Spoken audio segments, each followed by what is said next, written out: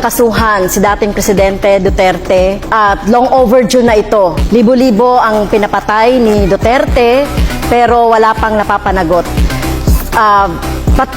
Sinasabi natin dito na dapat ay yung kaso na ito ay matagal na, pati na rin siguro.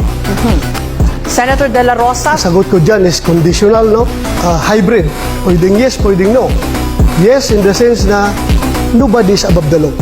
Kapag mayroon siyang nagawang kasalanan, kasuhan natin. Pero kung wala naman siyang nagawang kasalanan, huwag mo siyang kasuhan base doon sa kaso ng ibang tao.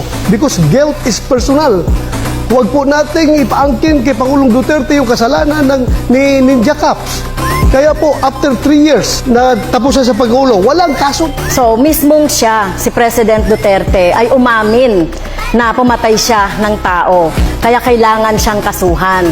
At ito, sino ba yung nagdisenyo ng mga policy na ito? Siya rin. At nag-cause ng pagpatay. Maging si Senator Senator Bato ay dapat kasuhan. Gigil na gigil kang kasuhan si Pangulong Duterte at ako ng mga kaso na hindi mo kami maliling. Kumusta na po yung conviction mo sa kasong child trafficking? Ano na po nangyari? Bakit andyan ka pa? Hindi ka pa nakulong. Ang ordinaryong tao nagtatanong, porque congresswoman ka, hindi ka nakulong. At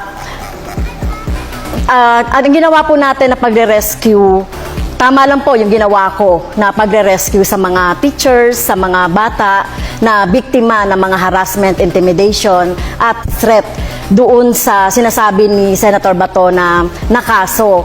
So, kung sino mang mga teachers, gagawin yon. Ano pong rescue na pinagsasabi niya? Na yung mga parents ng mga bata mismo ay galit na galit sa kanya. Bakit ginamit niya ang mga kabataan para sa kanilang kapakanan? Walang rescue nangyari doon. In fact, konbiktado ka sa kaso eh. There was no rescue.